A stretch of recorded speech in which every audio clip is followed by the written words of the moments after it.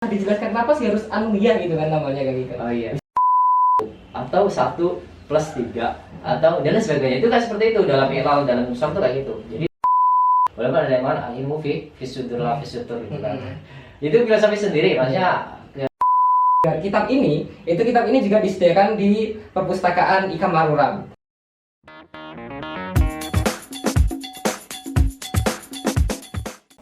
Assalamualaikum warahmatullahi wabarakatuh, teman-teman semua dimanapun berada. Jumpa lagi di channel YouTube Ikam Maruram bersama saya Ali Rahman dan juga materi dan narasumber kita pada pertemuan kali ini Kang Hikam LC, Kang Ahmad Hikam LC. Gimana kabarnya Kang Hikam? Alhamdulillah sehat. Alhamdulillah sehat Kang Hikam. Jadi untuk podcast kita pada malam hari ini kita akan bedah buku Anuhiyah fi Talkhisi Syarhi Nadmil Maqsud, di mana kitab ini merupakan karangan dari beliau sendiri Kang Hikam. Jadi luar biasa ya, beliau ini sudah mampu mengarang kitab Syarah Nadmil Maqsud ini. Masya Allah Kang Hikam ini. Sebelumnya saya bacakan terlebih dahulu profil dari Kang Hikam sendiri dan juga pendidikan dan juga keaktifan organisasi beliau seperti itu. Pertama, beliau merupakan alumni Madrasah Aliyah Raudhatul Ulum Kita Tercinta tahun 2016 seperti itu, Masya Allah. Kemudian juga beliau lulusan Universitas Al-Azhar Fakultas Lughah Arabiyah tahun 2021. Tentu baru kemarin ya Kang Hikam ini. Ya, alhamdulillah kemarin baru wisuda. Masya Allah. Gimana perasaannya Kang Hikam? Tentunya ya seperti itulah, akhirnya bisa sampai ke titik ini ya kan. Masya Allah. Ya walaupun hanya sekedar syahadah doang kan. Enggak lah, saya yakin kalau ilmunya ini udah luar biasa kalau lihat dari Kang Hikam ini. Ya, seperti itu. Kemudian beliau saat ini juga setelah lulus dari Al-Azhar, beliau juga melanjutkan pendidikan lanjutannya di Al-Azhar, yaitu Magister di Universitas Al-Azhar, jurusan sastra dan kritik sastra ya Kang. Iya. Masya Allah. Itu secara pendidikan. Kemudian beliau juga aktif dalam berbagai macam organisasi, teman-teman. Jadi beliau juga merupakan Departemen Pendidikan Ikam Maru tahun 2017-2018 pertama. Kemudian beliau juga Departemen Kaderisasi PPMI tahun 2018-2019. Selanjutnya beliau juga merupakan Departemen Pendidikan dan Kepustakaan KSW Kelompok Studi Wali Songo tahun 2019-2020. Setelah itu juga ini yang cukup fenomenal tentunya, Kang Hikam ini merupakan Ketua Senat Fakultas Lughah Arabiyah tahun 2019-2020. Kemudian setelah itu beliau juga merupakan pendiri sekaligus pembina dari Rumah Bahasa. Rumah Bahasa ini merupakan sebuah rumah binaan bagi mahasiswa yang di dalamnya itu dikembangkan ya, merupakan rumah pengembangan bahasa Arab seperti itu. Ya, Masya Allah, luar biasa sekali.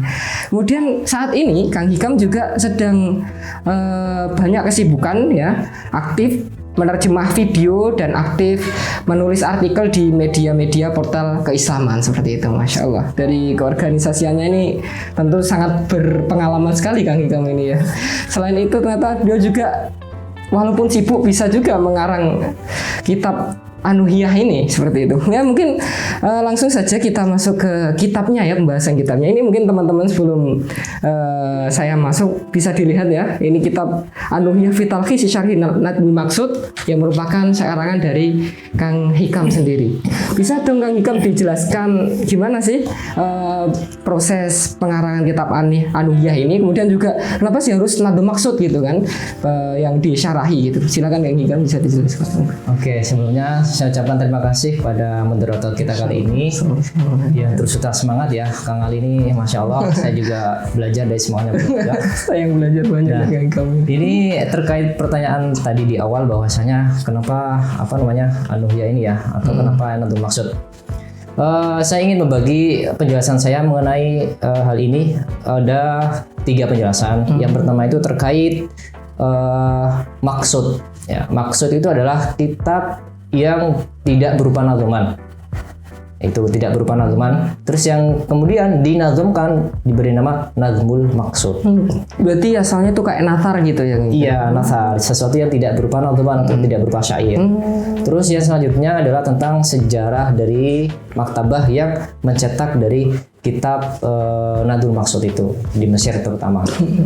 Oke, langsung masuk ke pembahasan yang pertama, yaitu terkait tentang apa namanya maksud. Jadi maksud itu adalah apa namanya kitab yang berupa apa namanya tidak berupa nazuman, cuman dia berupa kayak apa namanya paragraf biasa gitu kan Kang Ali. Nah itu salah satu kitab yang sampai sekarang pun kalau bisa dikatakan itu belum diketahui siapa pengarangnya. Oh, Ya, jadi maksudnya itu yang dalam bentuk nathar gitu ya? Iya, itu belum diketahui pengarangnya. Oh, seperti itu ternyata.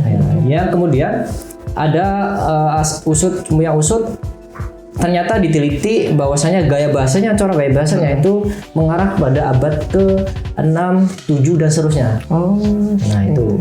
Kemudian ada yang menisbatkan kalau kitab Al-Maqsud itu dinisbatkan kepada Imam Abu Hanifah. Oh, padahal beliau kan bukan di bahasa ya, lebih ke fikih ya. Nah, oleh karenanya yang berpendapat ini dibantah. Oh. Loh, bisa apa namanya Imam Abu Hanifah ini takhasusnya bukan di sorok atau di ilmu alat gitu kan. Tapi kenapa kok beliau dinisbatkan pada beliau? Iya. Nah, itu ada sedikit bantahan. Bahwasanya yang betul adalah mungkin yang lebih mendekati benar adalah ini dikarang kitab maksudnya itu dikarang oleh salah satu atrokul Hanafiyah. Bahasanya itu atrok itu orang-orang sekeliling yang belajar sama Imam Abu Hanifah. Berarti muridnya gitu ya? Muridnya, gampangnya muridnya. Cuman muridnya ini mungkin tawaduknya atau mungkin dia mencatat hasil dari gurunya apa namanya terus apa namanya dibukukan sampai akhirnya dia tidak ingin menisbatkan pada dirinya sendiri. Oh gitu. Jadi itu salah satu ketawaduan juga mungkin ya. Jadi nggak ada yang dinisbatkan. Cuman dinisbatkan kepada Imam Abu Hanifah itu memang karena yang masyhur pada masa itu Imam Abu Hanifah. Jadi dia lebih populer gitu kan. Makanya menisbatkan pada Imam Abu Hanifah. Walaupun sebenarnya itu bukan Imam Abu Hanifah. Gitu. Iya. Itu tadi kan nadumnya ya. Kemudian yang syarah apa kitab matan dari maksud sendiri itu tadi seperti itu. Kalau nadumnya kan mungkin bisa dijelaskan. Nah, untuk nazuman ini sebenarnya ada dua nazuman yang keduanya tuh coraknya beda ya Kang Ali. Yang satu dinazumkan oleh salah seorang ulama di Mesir. Iya. Namanya Ahmad bin Abdurrahim At-Tohtawi, nisbat kepada Tohto. Ya kan, Tohto itu salah satu kota provinsi Sohaj. Sohaj itu dikenal di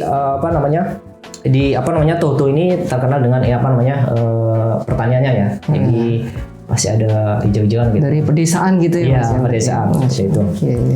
Terus yang sekalinya adalah Lulu al-Amandudah, itu ada nazuman sendiri, nazuman dari maksud itu. Oh gitu. Nah, yang kemudian yang dikaji itu banyak kan yang di nazum maksudnya yang punyanya Tohtawi ini. Oh gitu. Berarti ada dua tadi ya? Dari matan itu sendiri, terus dinazumkan jadi dua.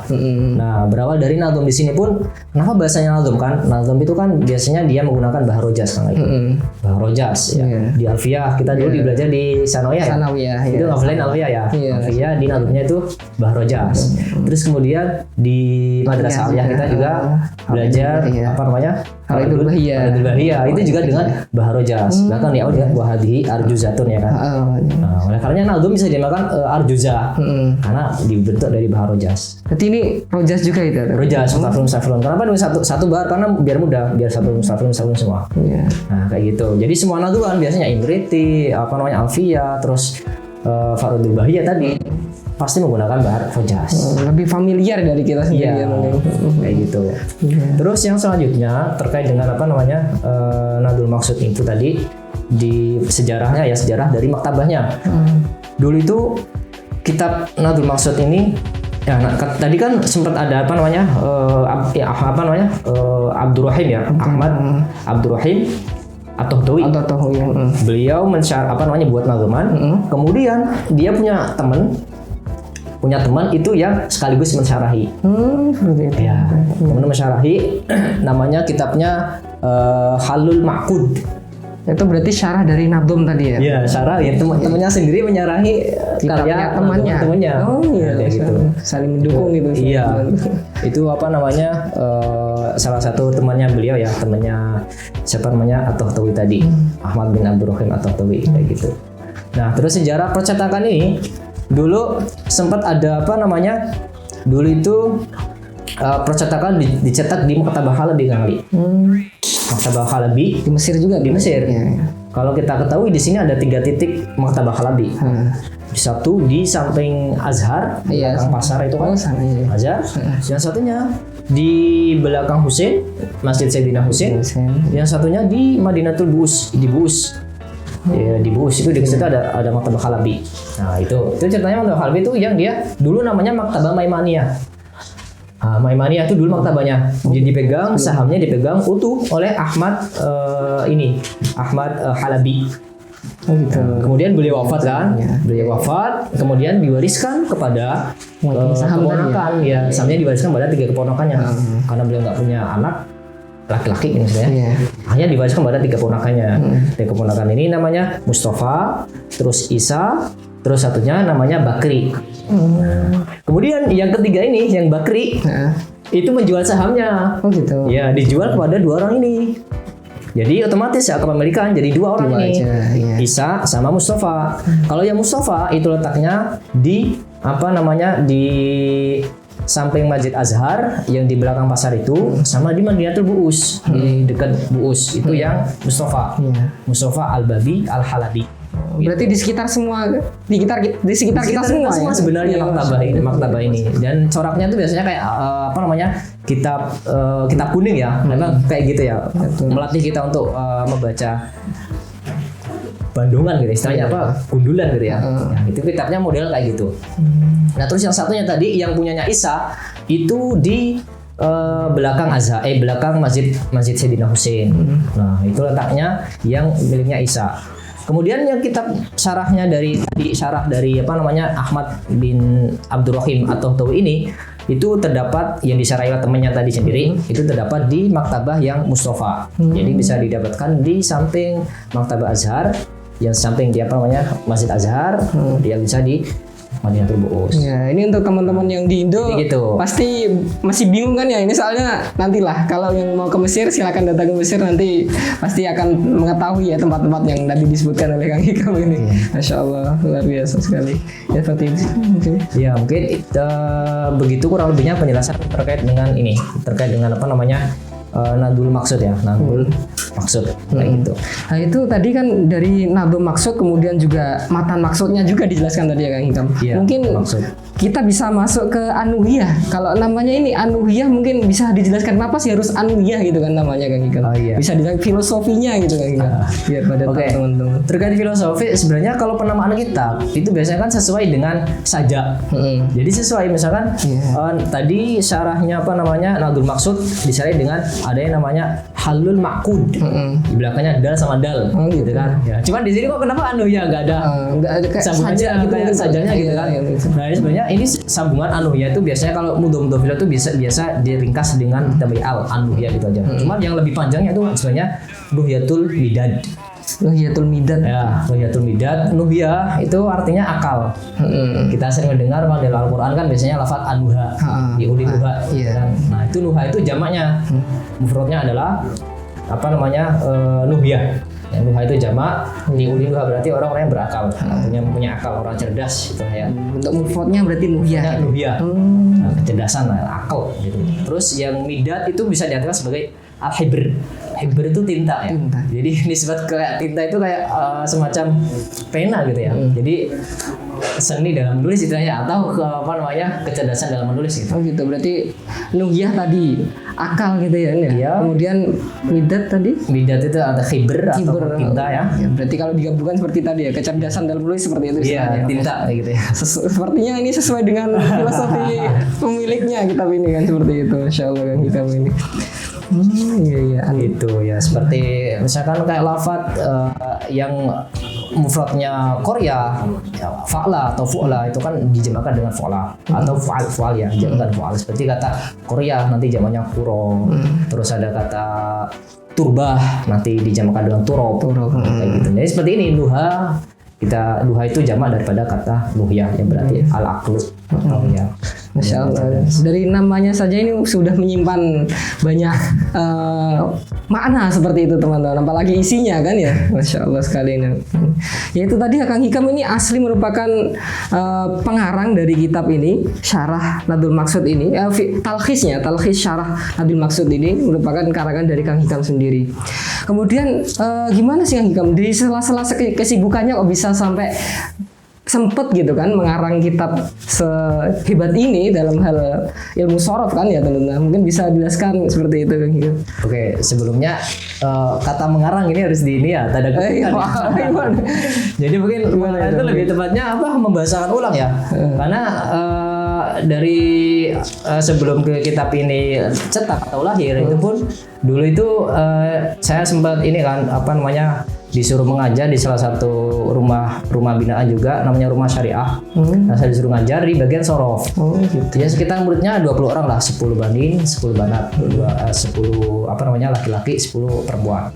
Nah, kemudian saya tertarik tentang dulu apa namanya guru saya atau guru kita semua di Madrasah Rodotul Ulum dulu yang namanya apa namanya Yusuf Perso. Saya juga diajar beliau itu. Iya, saya juga kebetulan dulu diajar beliau. Saya apa namanya tertarik dengan prinsip beliau dalam mengajar. Biasanya beliau itu selalu mencatat di papan tulis. Iya, saya ingat sekali itu kan gitu. Nah, itu di papan tulis. Nahu dari awal kan. Nah, itu. Dan itu saya tertarik dari situ mulai bahwasanya yang menulis itu tidak terbatas hanya pada apa namanya muridnya ya atau muridnya ya, tapi guru juga bisa menulis gitu ya. Makanya saya berawal dari motivasi Ipirso tadi, akhirnya saya dalam mengajar ya tiap kali ada jadwal itu saya tulis. Saya tulis ini pemanya gimana, saya bahasakan sederhana biar teman-teman teman-teman di masyarakat itu pada paham. Nah, mungkin ini juga sedikit intermezzo ya. Perlu diketahui teman-teman semua, Kang Hikam ini juga dulu waktu sekolah itu beliau punya catatan alfiyah yang itu juga fenomenal juga. Karena dari tahun beliau itu punya catatan alfiyahnya itu sampai tahun saya, kemudian tahun adik-adik saya juga seperti itu masih terus berjalan gitu. Istilahnya sering difotokopi, dicetak, difotokopi lagi itu benar-benar semoga menjadi amal jariah lah sebenarnya. Kang Hikam itu luar biasa sekali itu. Saya sebenarnya baru tahu kalau ini ya, karena dulu saya tinggalin aja. Iya, bahkan saya juga fotokopinya ada juga itu saya. Gitu. Ya, saya sangat ngefans sekali lah. Gak nyangka ternyata. Seperti itu. Nah, itu seperti itu dari Ipirso, terus saya kumpulkan setiap sekali pertemuan tuh saya catat dulu. Itu darasnya tuh sekitar 2 bulan ya. 2 bulan hasil catatan tadi setiap pertemuan saya jadikan satu, akhirnya jadikan kitab ini. Oh gitu. Iya. Makanya di sini kalau bisa dikatakan ini nggak ada footnote-nya atau yang apa yang seperti kitab-kitab yang ada catatan waktunya belum ada, karena memang ini sistemnya membahasakan ulang. Biar teman-teman itu lebih mudah memahami dalam ini. Tadi Ipirso juga sama, beliau membahasakan ulang tapi dengan bahasa sederhana banget. Nah itu sampai jadilah catatan yang saya miliki itu. Masya Allah, seperti itu ya. Berarti benar-benar termotivasi kepada guru kita ya. Iya. Ipirso seperti itu ya. Semoga beliau ya Ipirso dan guru-guru kita semua semoga tansah pinaringan kesehatan seperti itu kan, senantiasa diberikan kesehatan oleh Allah Subhanahu wa taala, kelancaran dalam mengajar seperti itu. Oke Kang Hikam, kemudian setelah itu kenapa sih yang dipilih kok harus ilmu sorof ya? Padahal kan Kang Hikam ini secara lugu itu banyak lah yang fan ilmu yang dikuasai gitu kan. Kenapa orientasinya lebih ke ilmu sorof yang disyarahkan gitu seperti itu? Ya, ilmu sorof saya rasa di kalangan masa modern seperti ini banyak dilupakan ya Kang. Terutama teman-teman yang misalkan kadang kita cukup membaca kitab itu kita tidak tahu bentuk singkatnya atau bentuk kalimat, bentuk katanya nggak tahu. Sehingga salah satu inisiatif saya itu ya udah sebagai untuk menghidupkan tunas kembali, Kang Ali, saya pilih dia di bagian yang ilmu sorofnya. Karena ilmu sorof itu istilahnya kan bentuk katanya ya. Jadi sebelum jadi kalimat itu perlu bentuk katanya terlebih dahulu. Nah, iya, biar nanti teman-teman juga tahu kalaupun mengkaji sebuah tafsir gitu kan, jadi tahu asal usulnya. Misalkan ketika tiap hari Jumat kita membaca Al-Kahfi kan, kita seringkali menyerukan ayo Al-Kahfi, sementara kita kadang masih membutuhkan ada hal yang mungkin tidak kita tahu ya. Misalkan isto'a sama ilam tastati'. Oh, Itu kan ada di dalam surat Al-Kahfi kan. Nah, kalau kita nggak belajar sorof, nanti akan mengira yang astoa nanti di mana sebenarnya sama istatoa. Padahal sebenarnya kedua ini dari kata yang berbeda. Iya, kalau saya pernah dengar apa kayak ada kaidah aziyadah fil mabna tadul ala ziyadah fil makna seperti itu ya. Iya, Itu berarti itu diantara kepentingnya ilmu sorof ini ya kan? Iya, itu penting sorof. Terus satu sisinya di sini di Nadhul Maqsud ini dia hanya fokus pada fiilnya saja. Nah, kalau sorof kan biasanya fokus pada isim sama fiilnya. Kemudian ini diambil dari yang fiilnya saja, jadi lebih memudahkan. Dan ada di isinya itu ada ilal. Nah, ilal ini sekaligus kalau saya ibaratkan ya, ilal itu seperti ini Kang Ali, seperti belajar matematika Kang Ali. Oh gitu ya? Persis Kang Ali. Oh, kok bisa seperti itu? Iya. Gimana itu Kang? Misalkan dalam ilal ya, ilal itu misalkan kata kata kola yakulu gitu kan. Kita perlu mengetahui asal usulnya. Kola dulu sebelum jadi kola kola itu asalnya kata apa? Misalnya kowala. Jadi dijelaskan. Jadi kayak rumus gitu loh.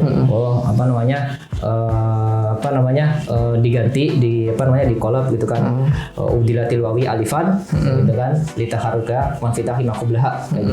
Jadi misalkan 4 itu hasil dari apa? Oh, hasil dari 2 plus 1 atau 1 plus 3 atau dan sebagainya. Itu kayak seperti itu dalam ilal, dalam sorof itu kayak gitu. Jadi dalam kata pun dalam pembentukan kata itu sama seperti kayak belajar matematika ada ilal lah. Kebetulan di sini juga dibahas. Jadi nggak cuma kita mau tahu asal usul kalimat sebuah kata, tapi juga kita disuruh untuk kayak belajar matematika tadi kan.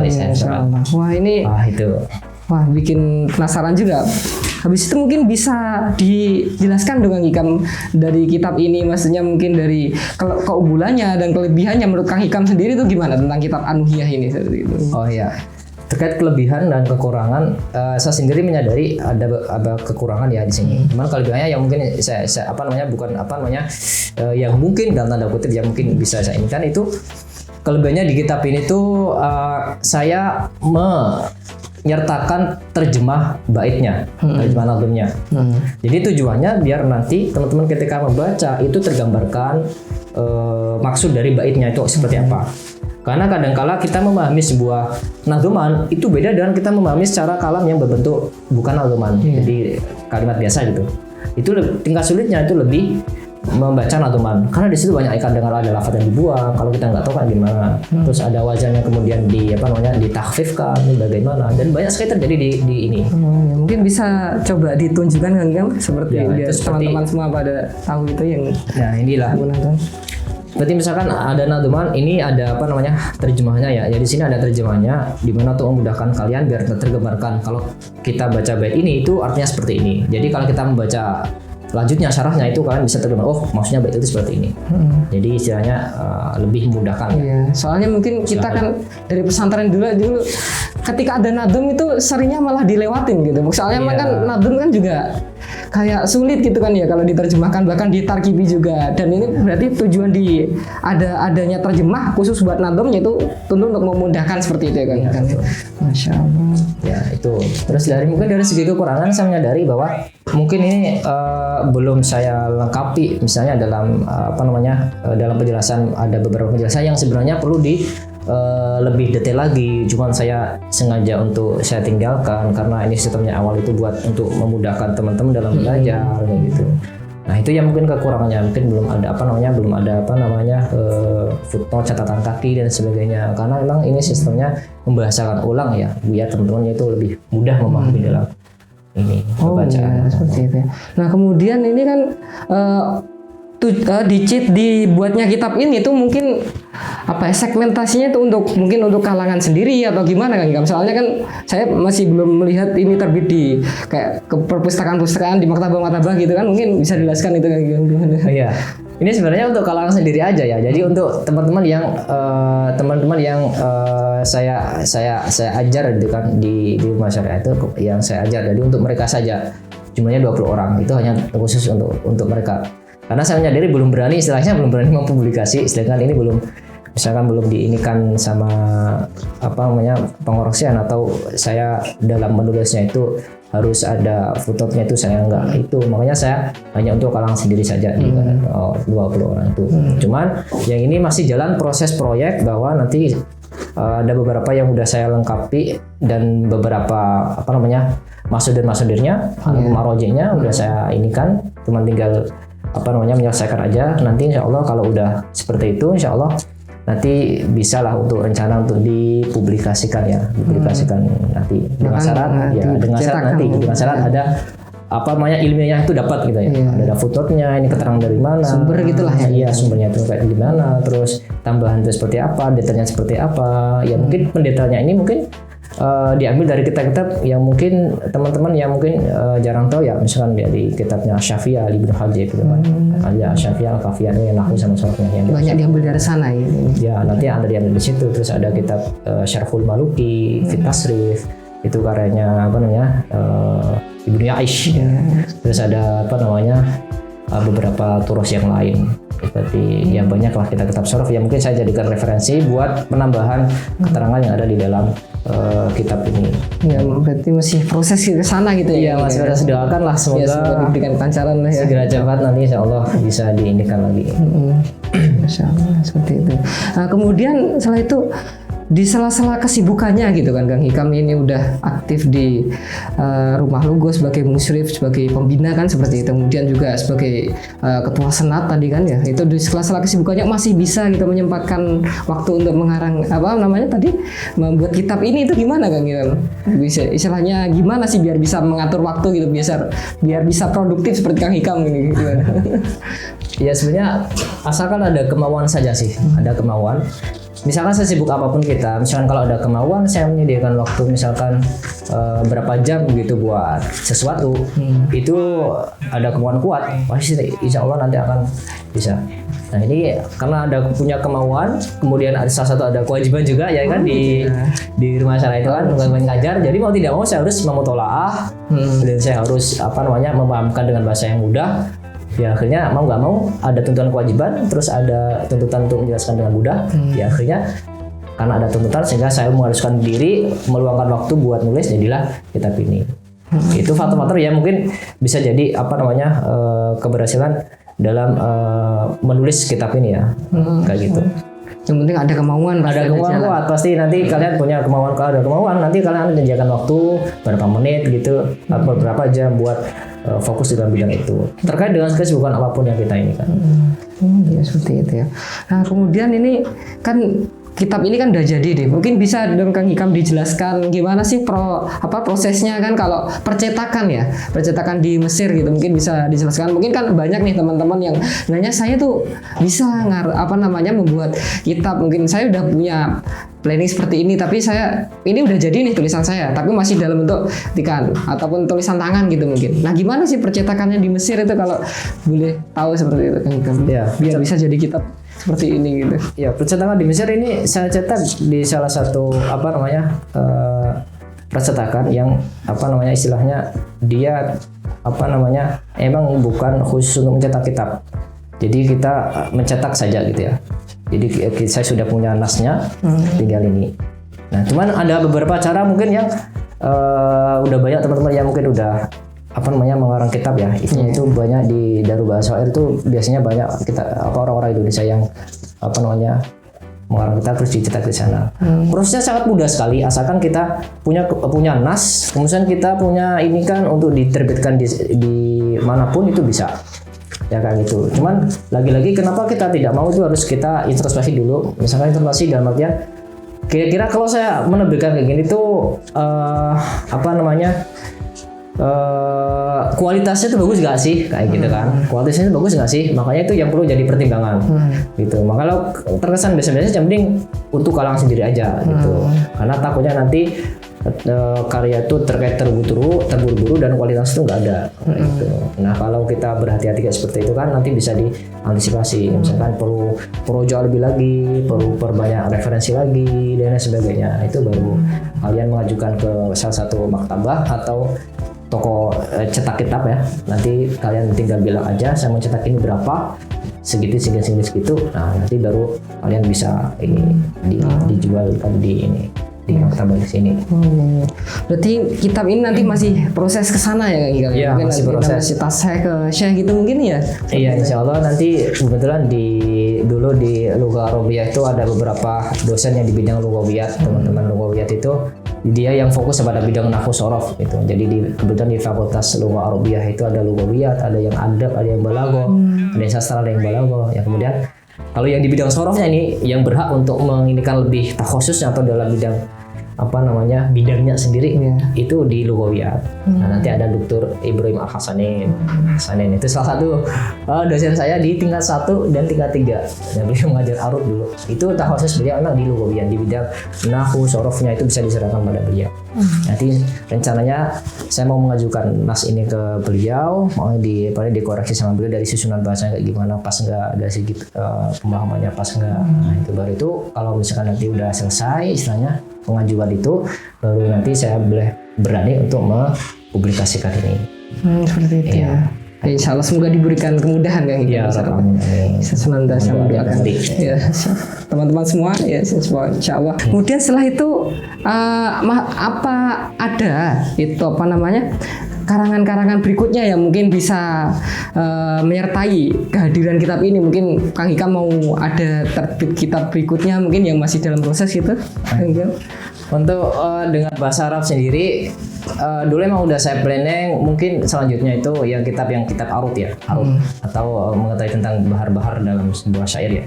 Itu mungkin selanjutnya di situ untuk bahasa Arabnya. Kemudian untuk yang nanti yang dengan bahasa Indonesia itu saya punya proyek nahwu ya, nahwu dulu, catatan nahwu. Ya itu ya, ini nanti mau iya. Nanti mau saya ketikkan karena ada beberapa teman saya yang meminta saya untuk mengetik ulang.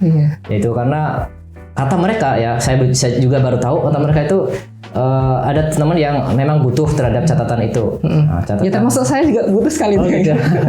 Buat murojaah gitu kan ya. Iya itu. Itu kalau nuskhonya aslinya itu saya tulis dengan pegon ya. Nanti mau saya ketikkan bukan dengan pegon tapi dengan bahasa Indonesia. Nah seperti itu. Terus nanti saya inikan saya tambah-tambahin dengan beberapa referensi kitab-kitab yang lain yang sebenarnya saya tahu referensi ini sejak saya belajar di di Fakultas Lughah Arabiyah ini. Kayak gitu sehingga nanti perlu penambahan misalkan catatan aslinya itu dari UPSO penuh catatan itu yang saya kumpulkan 3 tahun. Setelah tambah-tambahannya itu nanti saya tasarikan dari referensi-referensi yang lain. Itu yang bahasa Indonesia. Terus ada juga yang mungkin dari segi balaghahnya. Makanya saya ya mau nggak mau saya ada beberapa bidang yang mungkin sorof dengan bahasa Arab ya kan, terus arud juga bahasa Arab, terus yang bahasa Indonesia ya sisanya nahwu sama yang nanti yang adab. Nahwu itu ya dengan bahasa Indonesia. Ya, nanti saya ambilkan dari nas utuhnya itu dari Iberso tadi. Seperti itu. Berarti masih banyak nih karya-karya berikutnya dari Kang Hikam. Semoga tidak malas-malasan lagi ya. Saya yakin kalau Kang Hikam nggak malas. Ya seperti itu. Nah ini udah banyak nih yang kita dapat dari Kang Hikam. Mungkin sebelum akhir ya kita mintalah motivasi atau kesan-kesan atau pesan-pesan lah ya Kak, dari Kang Hikam ini mudah buat kita ya teman-teman semua dimanapun berada. Silakan Hikam pesan-pesannya biar bisa menjadi seorang Kang Hikam yang baru gitu mungkin. Iya, untuk pesan dan kesannya itu kekuatan dalam menulis ya. Kekuatan dalam menulis. Apa yang kita dengar selama itu penting, itu punya potensi kita untuk lupa. Jadi perlu kita mencatatnya. Nanti catatan itu bisa jadi satu ketika kamu ingat, tapi di suatu saat nanti kalian akan lupa. Jadi untuk mengikat itu semuanya mungkin ya buatlah catatan kejadian. Walaupun ada yang mengatakan al-ilmu fi sudur la fi sutur gitu kan. Itu filosofi sendiri, maksudnya bagaimana kita mensikapinya gitu ya. Kalau kita tipe orang yang mungkin cocok di bidang yang demikian, maka ya demikian. Mungkin kan kayak ada itu juga makalah kan juga man hafidho farro wa man kataba qarro kan seperti itu juga gitu, kan senada dengan senada. Seakan-akan itu kan kontradiksi ya, tapi sebenarnya itu enggak kontradiksi juga. Sebenarnya enggak kontradiksi. Karena kalau kita memahami corak kita sendiri yang bagaimana itu sesuai kebutuhan kita. Jadi nggak bisa mematokkan yang lebih absolut itu yang mana, yang lebih nisbi itu yang mana, itu kita tidak bisa mematokkan. Jadi ya kita penelitiannya baca diri sendiri, kayak gitu. Ya berarti pesannya nanti kita latihan produktif dalam menulis lah ya istilahnya teman-teman, lebih semangat lagi dalam menulis dan berkarya seperti itu ya, lebih semangat lagi. Ya Masya Allah sekali, banyak kita tadi selama kurang lebih setengah jam ini bernama Kang Hikam, banyak lah hal-hal yang kita dapatkan, faedah-faedah. Semoga apa yang kita bahas tadi bersama Kang Hikam ini bermanfaat bagi kita semua seperti itu. Nah ini untuk teman-teman semua yang ingin mendapatkan istilahnya meminjam dulu dengan kitab ini. Itu kitab ini juga disediakan di perpustakaan Ika Maruram. Silakan kunjungi perpustakaan Ika Maruram yang ada di Gami. Itu juga merupakan mabes ataupun markas besar dari keluarga alumni Madrasah Rodotul Ulum. Silakan teman-teman semua bisa untuk mendapatkan kitab ini bisa kunjungi perpustakaan Ika Maru seperti itu.